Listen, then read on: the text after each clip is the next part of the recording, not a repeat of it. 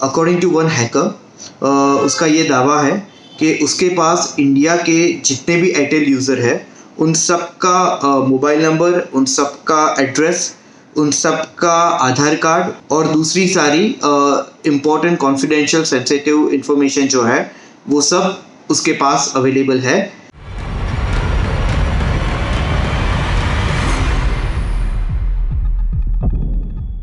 Welcome to cyber show with Snehal Vakilna on Lok Tej. Friends, आज हम बात करेंगे एक रीसेंट साइबर क्राइम केस के बारे में which is in relation to Airtel users data leak case. Well, recently Airtel के जो भी यूज़र है उनका जो डेटा है वो कॉम्प्रोमाइज़ हुआ है।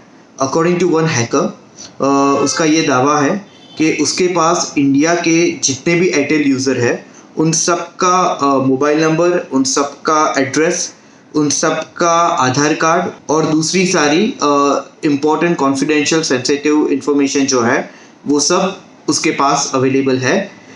ये सारा जो डेटा है वो उसने हैक किया है और वो जो डेटा है उसने उस चीज़ का प्रमाण देने के लिए पर्टिकुलरली एक वेबसाइट क्रिएट की और वो वेबसाइट के ऊपर नियर अबाउट 25 लाख यूज़र जो कि जम्मू एंड कश्मीर के यूज़र थे उन सब की जो इन्फॉर्मेशन थी वो अपलोड की है।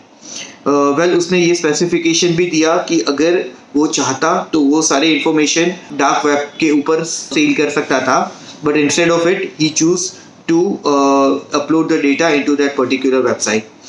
इसके साथ उसने एयरटेल कंपनी के पास एक रैंसम जो है उसकी डिमांड की which was near about $3,500 which was in the form of bitcoins. But Airtel company जो है उन्होंने ये पर्टिकुलर हैकर को ये रैंसम नहीं दिया। अपार्ट फ्रॉम दिस एक और बात यह है कि आफ्टर दिस थिंग ये जो पर्टिकुलर वेबसाइट थी वो टेक डाउन हो गई, वो वहाँ से डिलीट हो गई और एट प्रेजेंट इन्वेस्टिगेशन जो है वो चल रहा है। एयरटेल कंपनी को इस बारे में पूछा गया तो कंपनी ने ये कहा है कि ये जो भी डेटा कॉम्प्रोमाइज़ हुआ है वो उनकी तरफ से नहीं हुआ, बट ये जो पर्टिकुलर उनका जो स्टेटमेंट है it is very diplomatic statement. उन्होंने ये कहा है कि वो जो भी डेटा लीक हुआ है वो उनकी तरफ से डेटा लीक नहीं हुआ है, बट इट डजंट मीन कि कोई डेटा जो है वो लीक नहीं हुआ है। Similarly being Airtel user we should know कि हमारा जो भी डेटा है वो कहाँ से और कैसे लीक हुआ है और वो कितना सेफ है।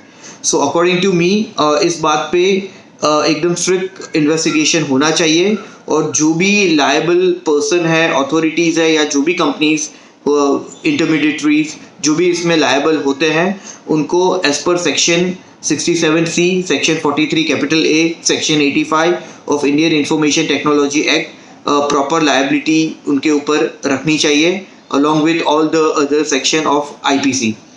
सिमिलरली अगर अभी हमारा ये जो data protection bill which was drafted in 2018 वो अगर इम्प्लीमेंट हो जाता तो द कंपनी जिसके पास हमारे सारे प्राइवेट सेंसिटिव कॉन्फिडेंशियल डेटा जो है वो हैंडल कर रहे हैं तो वो जो पर्टिकुलर कंपनी है उसे नियर अबाउट 5 करोड़ से लेके 15 करोड़ तक की लायबिलिटी आ सकती थी।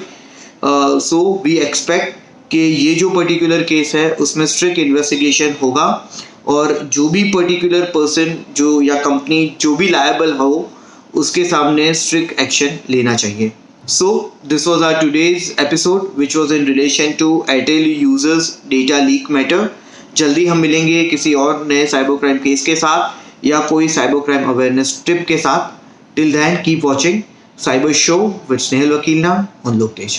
Thank you.